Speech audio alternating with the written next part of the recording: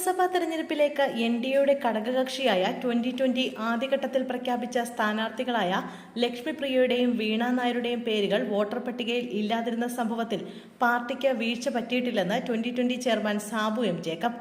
തെരഞ്ഞെടുപ്പ് കമ്മീഷൻ ഏകപക്ഷീയമായി പെട്ടെന്ന് തെരഞ്ഞെടുപ്പ് പ്രഖ്യാപിച്ചതുകൊണ്ടാണ് ഇത്തരമൊരു വീഴ്ച പറ്റിയതെന്നും പട്ടിക പരിശോധിക്കാൻ വേണ്ടത്ര സമയം ലഭിക്കാതെ പോയതാണ് ആശയക്കുഴപ്പത്തിന് ഇടയാക്കിയതെന്നും സാബു എം ജേക്കബ് പറഞ്ഞു. അതേസമയം ലക്ഷ്മിപ്രിയയ്ക്ക് പകരവും വീണ നായർക്ക് പകരവും പുതിയ സ്ഥാനാർത്ഥികളെ കണ്ടെത്തിയിട്ടുണ്ട്. പെരുമ്പാവൂരിൽ ലക്ഷ്മിപ്രിയയ്ക്ക് പകരം സ്ഥാനാർത്ഥിയാകുന്നത് കോൺഗ്രസ് മണ്ഡലം വൈസ് പ്രസിഡന്റായിരുന്ന ജിബി പാത്തിക്കലാണ്. യാക്കോബായ സഭ മാനേജിംഗ് കമ്മിറ്റി അംഗവും യൂത്ത് അസോസിയേഷൻ പെരുമ്പാവൂർ മേഖലയുടെ ഭാരവാഹിയുമാണ് ജിബി. ഏറ്റുമാനൂരിൽ വീണയ്ക്ക് പകരം ആതിര ഡി നായർ സ്ഥാനാർത്ഥിയാകും. 25-കാരിയായ ആതിര സോഷ്യൽ മീഡിയ താരമാണ്.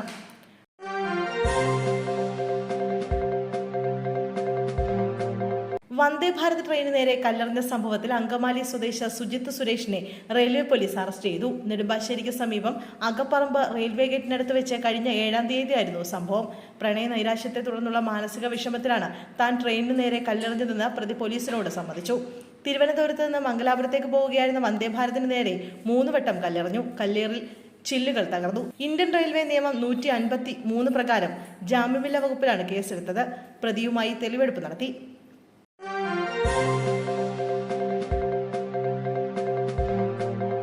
കേരളത്തിൽ BJP പ്രചാരണത്തിന് കേന്ദ്ര നേതാക്കളും മുഖ്യമന്ത്രിമാരും എത്തും. പ്രധാനമന്ത്രിയും അമിത്ഷായും 2 തവണ പ്രചരണത്തിനെത്തും. ദേശീയ അധ്യക്ഷൻ നിതിൻ നവീൻ 3 തവണ പ്രചരണത്തിനെത്തും. സ്ഥാനാർത്ഥികളുടെ പത്രികാ സമർപ്പണത്തിൽ വിവിധ സംസ്ഥാനങ്ങളിലെ BJP മുഖ്യമന്ത്രിമാരും പങ്കെടുക്കും.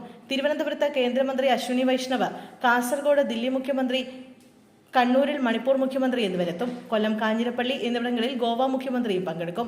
BJPയുടെ 3-ാം സ്ഥാനാർത്ഥി പട്ടിക വൈകാതെ പ്രഖ്യാപിക്കും.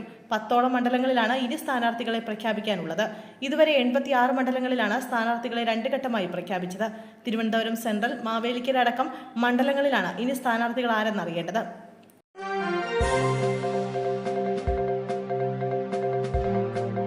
പെരുന്നാൾ വിപണിയിൽ പത്തിരിയെ ചൊല്ലി കായംകുളത്ത് നാടകീയ രംഗങ്ങൾ. കായംകുളം മുക്കവലയിലുള്ള റോയൽ പത്തിരി നിർമ്മാണ യൂണിറ്റിലാണ് ഉപഭോക്താക്കൾ പ്രതിഷേധവുമായി രംഗത്തെത്തിയത്. പെരുന്നാളിനോടനുബന്ധിച്ച് മുൻകൂട്ടി ഓർഡർ ചെയ്ത പത്തിരികൾ കൃത്യസമയത്ത് ലഭിക്കാത്തതാണ് വലിയ തോതിലുള്ള ഉന്തും തള്ളും സംഘർഷത്തിലേക്ക് നയിച്ചത്. നിർമ്മാണ യൂണിറ്റിലെ ഗ്യാസ് തീർന്നുപോയതാണ് പ്രതിസന്ധിക്ക് കാരണമായതെന്ന് ഉടമകൾ നൽകുന്ന വിശദീകരണം. ഇതോടെ 100 കണക്കിന് ആളുകൾ ബുക്ക് ചെയ്ത പത്തിരികൾ കൃത്യസമയത്ത് നൽകാൻ യൂണിറ്റിന് സാധിച്ചില്ല. ദൂരസ്ഥലങ്ങളിൽ നിന്ന് പോലും പത്തിരി വാങ്ങാൻ എത്തിയവർ മണിക്കൂറുകളോളം കാത്തുനിന്നിട്ടും നിരാശരായതോടെ പ്രതിഷേധം ശക്തമാവുകയായിരുന്നു.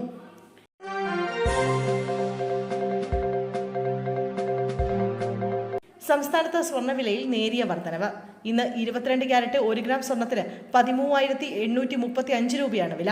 ഇന്നലത്തെ വിലയിൽ നിന്ന് ഗ്രാമിന് 60 രൂപയും പവന് 480 രൂപയുമാണ് വർദ്ധിച്ചിരിക്കുന്നത്. 22 ക്യാരറ്റ് 1 പവൻ സ്വർണത്തിന് 1,10,680 രൂപയാണ് വില വരുന്നത്. ഇന്നലെ വൈകുന്നേരം all Kerala gold and silver merchants association പുറത്തുവിട്ട കണക്കുകൾ അനുസരിച്ച് 1,10,200 രൂപയായിരുന്നു വില. ഇന്നലെ രാവിലെയും ഉച്ചയ്ക്കും വൈകിട്ടും വില മാറ്റമുണ്ടായിരുന്നു.